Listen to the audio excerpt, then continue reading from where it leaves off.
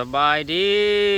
ดีพี่น้องป้องปายไทยแน่เรานำตลอดฮอดคนลาวคนไทยคนต่างประเทศเนาะอยู่ใส่ก็แล้วแต่ที่ว่าเบิ่งคลิปนี้อยู่เนาะฝากกดไลค์กดแชร์และกดติดตามเพื่อเป็นกำลังใจเนาะมื้อนี้ปอนผ้าเบิ่งเนาะสิผ้าบรรดาทานมาเบิ่งมาชมส่วน23ฟาร์มคาเฟ่เนาะข้าพเจ้าคิดว่าหลายคนอาจจะยังบ่ทันได้เข้ามาและก็ยังบ่ทันได้เคยเห็นฉะนั้นคลิปนี้ถือว่าเป็นอีพีที่3เนาะที่ข้าพเจ้าได้มาถ่ายและก็ถือว่าเป็นครั้งแรกที่ได้มาเห็นเนาะก่อนหน้านี้เนี่ยได้เข้าที่ทางหน้าตอนนี้ข้าพเจ้านี่อยู่ลังสุดของสวนหรือว่า23ฟาร์มคาเฟ่เนาะสมกับว่าฟาร์มคาเฟ่อีลีพี่น้องนี่อันนี้จะเป็นด้านหลังสุดเนาะนี่โอ้โหกว้างสุดสายตาเลยล่ะเนาะนี่ก็จะมีลักๆสำหรับในฮานนี่แต่ว่าจะเน้นในเรื่องของผักหญ้าคาคิงแบบออร์แกนิกไว้ง่ายซะเพราะว่าผลิตหรือว่าเฮ็ดอยู่นี่เลยเนาะตัวนี้จะเป็นด้านล่างสุดเลยข้าพเจ้าก็จะย่างเข้าไปเนาะจนหอดด้านหน้าไว้ง่ายซะถือว่าเป็นครั้งแรกที่ได้หู้ว่าอ๋อมันมีหอดพี่ว่ะ ถือว่าเป็นฟาร์มที่แบบว่าคนลาวยังบ่ทันได้หู้อะไรก็ยังบ่ทันได้สัมผัสเนาะคือแบบนี้เนี่ยเห็นบ่นี่ก็เป็นบอนที่แบบว่าเฮาสามารถที่จะไปเช็คอินหรือว่าไปชมได้เนาะอันนี้จะเป็นดอกตะเวนตัวนี้เบิ่งกันยาวๆพี่น้องโดยเฉพาะเป็นคนที่มีแพลนอยากไปเที่ยวไปลินแบบชิวๆข้าพเจ้าคิดว่าสถานที่นี้ถือว่าเป็นสถานที่หนึ่งเนาะตั้งอยู่ลักเสาสามสายใต้เฮานี่เนาะลักเสาสามเด้อกายลัก16ขึ้นมาลงไปทางใต้นี่แหละเนาะอันนี้จะเป็นหอคอยเนาะนี่ลักเสาสามถือว่าตอนนี้ก็กำลังพัฒนากำลังบูรณะปัวแปลงเนาะสถานที่ท่องเที่ยวบอกว่าจะเป็นในเรื่องของอาหารก็สามารถที่จะถือว่าอาหารนี่แซ่บนะกันเสียว่าก็ได้และกับบ่แพงสามารถที่จะจับต้องได้บอกว่าจะเป็นส้นสันทั่วไปก็ถือว่าเข้าได้เนาะมีหลายสิ่งหลายอย่างสำหรับอยู่ในฮานหรือว่าในฟาร์มนี้เนาะที่น่าสนใจหลักๆก็จะเป็นในเรื่องของแบบเคินว่าบูฮานเนาะแบบเล่าแบบเล่าเนาะแล้วก็จะเน้นในเรื่องของดอกไม้ต้นไม้ประดับประดานี่ส่วนผักหญ้าคาคิงนี่ไม่ต้องห่วงสารพิษเนาะเพราะว่าจะเน้นแบบออร์แกนิกนี่เนาะต้นไม้ใบตอกบรรยากาศลังเนาะลังสวนอาหารสามารถจะมานั่งกินข้าวกินน้ำทางพี่ก็ได้เนาะมีศาลากลางน้ำนี่และตัวนี้จะเป็นบอลเช็คอินบอลถ่ายรูปเนาะถือว่าคันวัยรุ่นนี่ถือว่าโอ้โหมาเห็นจุดนี้นี่ถือว่าแน่นอนต้องมักเนาะนี่เห็นปะมันโคตรงามเลยงามสุดๆเลยตัวนี้นี่เห็นปะก็จะมีน้ำพุ2 ด้านโอ้โหถ่ายรูปเช็คอินนี่งามสุดเลยนี่คันกลางคืนยิ่งจะงามตามเบิงเนาะเพราะว่าเขาเจ้าจะมีการเปิดไฟเนาะอยู่ในนี่เบื้องนั้นก็จะเป็นฟาร์มในเรื่องของสัตว์บ่อหรือพวกผักหญ้าคาคิงเนาะพืชพันธุ์นานาชนิดปูปลานาน้ำมีเบิดอยู่ในนี่อันนี้เขาก็เฮ็ดคักประดับประดาสวยงามนะโอ้โห เดี๋ยวมาเบิ้งแจนี่ซะก่อนเนาะเข้ามาลังหานอาหารเนาะตัวนี้ตัวด้านหน้าจะเป็นบ่อนกินข้าวเนาะในปัจจุบันลังหันก็จะเป็นแบบนี้เนาะก็จะมีไฮหินและก็จะเป็น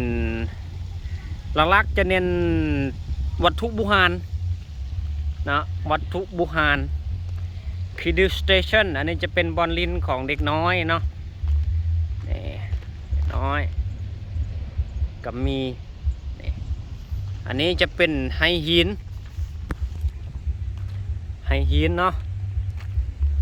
นี่ไฮหินก็จะประดับประดาหรือปลูกต้นใหม่แบบนี้เนาะข้าพเจ้านี่รู้สึกว่าประทับใจกว่าที่อื่นสำหรับในนครหลวงเวียงจันทร์ที่แบบว่ามั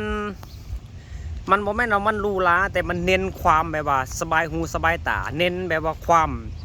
เป็นลาวไว้ง่ายซะเนาะเน้นความเป็นลาวนี่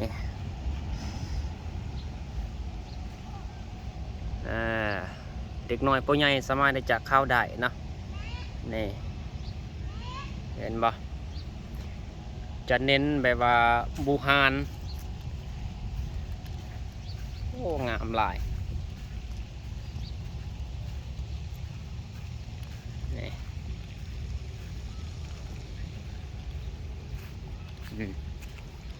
เห็นบ่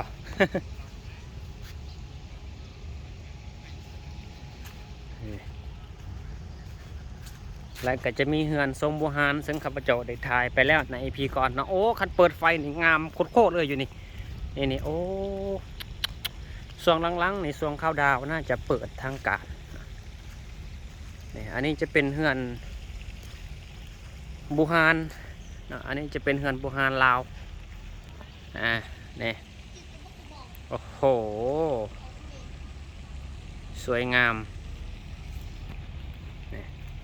สัญลักษณ์ของความเป็นโบราณนี่ว้าแต่ว่าหาเบิ่งได้ยากเนาะ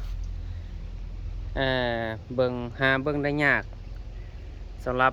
เฮือนโบราณหรือทรงโบราณแบบนี้หลายคนเกิดใหม่ใหญ่รุ่นแห่งจิบบุ้งเนาะอันนั้นจะเป็นเหล้าเข้าไปเนาะเหล้าเข้าเนาะ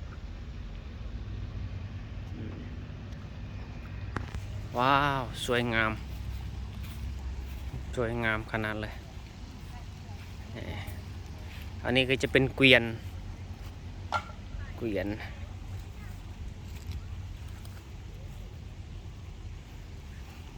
เนาะตัวนี้โอ้งามมวย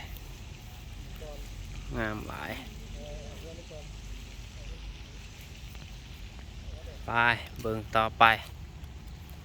นี่สัญลักษณ์ของความเป็นลาวมีงัวมีเกวียนมีเฮือนสลายจะมุงด้วยไม้เนาะจะเป็นไม้ไผ่นี่แหละเนาะนี่เห็นปะโอ้คักลายพี่น้องสวยสดงดงามเน้นแบบบูฮานนะตัวนี้จะมุงด้วยแปนนะไม้แปนนี่สวยสดงดงามเสียเหลือเกินนี่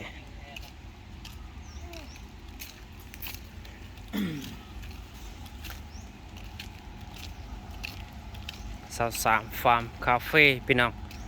ใครที่ยังไม่ทันได้มาเที่ยวกะล่องเข้ามาเบิ่งเนาะแต่ว่ามันงามเลย มันงามเลยแบบว่าเฮาได้เห็นบรรยากาศหรือภาพแบบนี้แล้วรู้สึกว่าเหมือนกับว่าเฮาไปไกลๆเนาะต่างถิ่นต่างแขวงจังสีเนาะที่จริงแล้วมันก็อยู่ในนครหลวงเวียงจันทร์เฮาก็สามารถที่จะแบบเหมือนกับเฮาได้สัมผัสธรรมศาสตร์แบบว่าลายขึ้นนะไว้ง่ายซะโอ้โหดอกไม้นี่ก็งามไม่รีพี่น้องเลยจะเบิ่งดอกไม้นี่นะคักไว้เขาเฮ็ดนะนี่สะออนมีแต่ดอกไม้เนาะอันนี้ก็จะเป็นเฮือนทรงโบราณอีก แต่วันย้อนแสงหน่อยหนึงนะข้าพเจ้าจะให้เบิ่งต้นไม้ใบตอกดอกไม้เนาะดอกไม้นี่กินได้ได้พี่น้องดอกไม้นี่กินได้ได้แม่นบ่กินได้แม่นแหละเขาก็ใส่จานอาหารอันนี้มันส่วนโอ้งามลายพี่น้องรู้สึกว่าประทับใจเข้ามาแล้วก็ประทับใจประทับใจกว่าที่อื่นไว้ง่ายซะนะเรื่องอาหารการกินอันนี้แน่นอนเนาะบ่ต้องห่วงอยู่แล้วถือว่าสุดยอดหลายเนาะแต่ว่าสถานที่ต่างๆนี่ดังที่เว้าไปก็คือเวลาที่เฮาเข้ามานี่ปุ๊บมันรู้สึกว่าเหมือนกับเฮาไปต่างถิ่นเนาะไปต่างแขวงจังซี่เนาะได้สัมผัสบรรยากาศธรรมชาตินี่แหละเป็นหลักนะต้นไม้ใบหญ้าเฮือนทรงบูฮานนี่ต่างๆก็ว่ากันไปรู้สึกว่าโอ้โหมันได้เพิ่มว่า energy ได้ energy เพิ่มขึ้นซ้ำก็เฮาไปนอนป่าเนาะนี่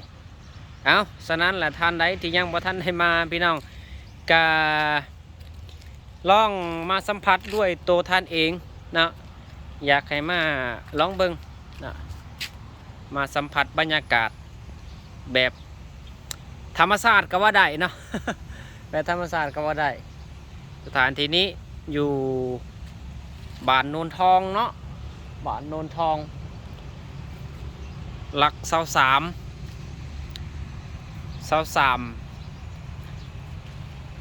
ฟาร์มคาเฟ่ทางเมื่อภาคใต้เฮาเนาะนี่อันนี้จะเป็นทางสายใต้เลขที่13ใต้เนาะนี่คนกันหลายในปัจจุบันเต็มเนาะตัวนี้เอ้ากะสิประมาณนี้เนาะพี่น้องเนาะพบกันใหม่ในคลิปหน้าสำหรับคลิปนี้ก็เอาไว้สำนี้ฝากกดไลค์กดแชร์และกดติดตามเพื่อคลิปต่อไปเนาะ